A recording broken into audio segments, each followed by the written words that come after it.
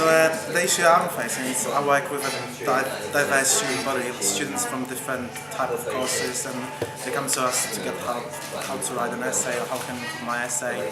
And one of the things we try to help them is how to structure a paragraph. And we can tell them all the rules, how to do it. We can give them an example.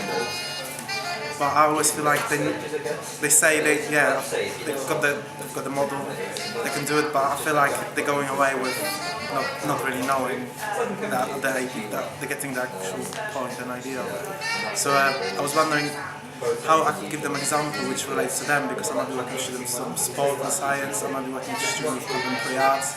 Like, if I give them an example from my own experience, again, I might not connect to them somehow. So we were discussing this together, and I don't know if I should say it already, or Halim had a similar problem with structure of an essay. Do you want to say yours?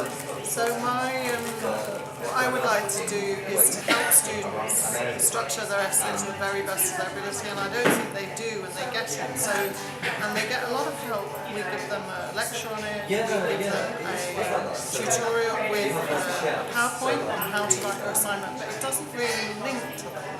So that's what we were exploring, was how can we make it real. So actually, one of the really nice things we did was we went to the Royal Exchange. And for me, the thing about the Royal Exchange is not just creative, but it's a centre of excellence. So for me, it was about wanting this essay to be really excellent. And we came up with lots of ideas together, so they were actually all three linked. That was the important thing. And we came up, for me, with something that could maybe make the session visual or musical or practical. So that was the difference, rather than just being a PowerPoint or being talking. It would be really kind of hands-on.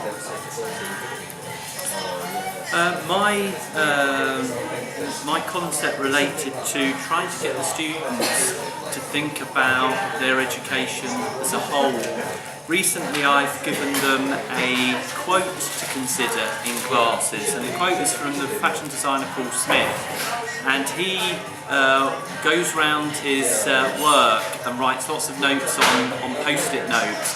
And one of the things he came up with was this lovely quote: "Don't concentrate on the leaves, but on the roots."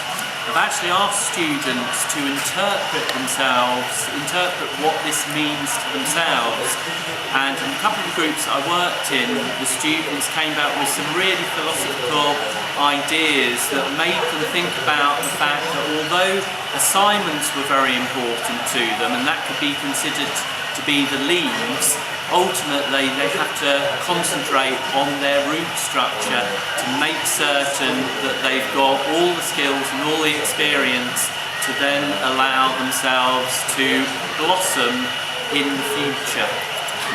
So this leads me to explaining why I've got roots, about roots, because I thought, okay, I might not have examples specific to every student.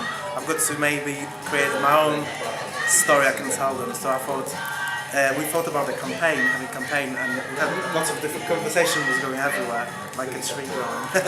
But what stood out to me was one of the questions was to make a campaign, to make a structure of an essay, or the kind of roots behind the hard work, make it fashionable to them, like researching. So we thought about making a t-shirt which would say "I love research," or "I love library," or one which says "I love internet," to make them think on the same level. Maybe you Googling things, but you also can research, you can go to a library. And so t-shirt could also have the roots picture of a nice plant, but with the roots, and let's say the roots of your essay. But then I thought maybe I can grow those roots, plant them, then photograph them, and then tell them I've done that. It takes hard work, but this is the end product. So maybe kind of connecting the student on this kind of personal level, giving this your life, like own story, and it will help them to visualize it. Because I won't have example related to each subject area. So this is what I'll do. But yeah, I quite like the marketing idea as well. Put it all together maybe. And the idea I came up with was maybe doing a jigsaw. We came up with it as a group because you can see an assignment, it's made up of research, it's made up of the writing, the planning, the conclusion, the introduction, and you could make a jigsaw, and a nice jigsaw we were saying, with a picture on it, and then they could all put it together. And maybe one side would be a picture, the other side would be the writing.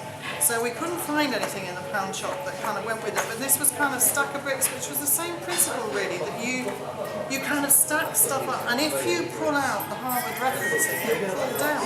So that it's something that a bit more physical. That was what we thought would be nice.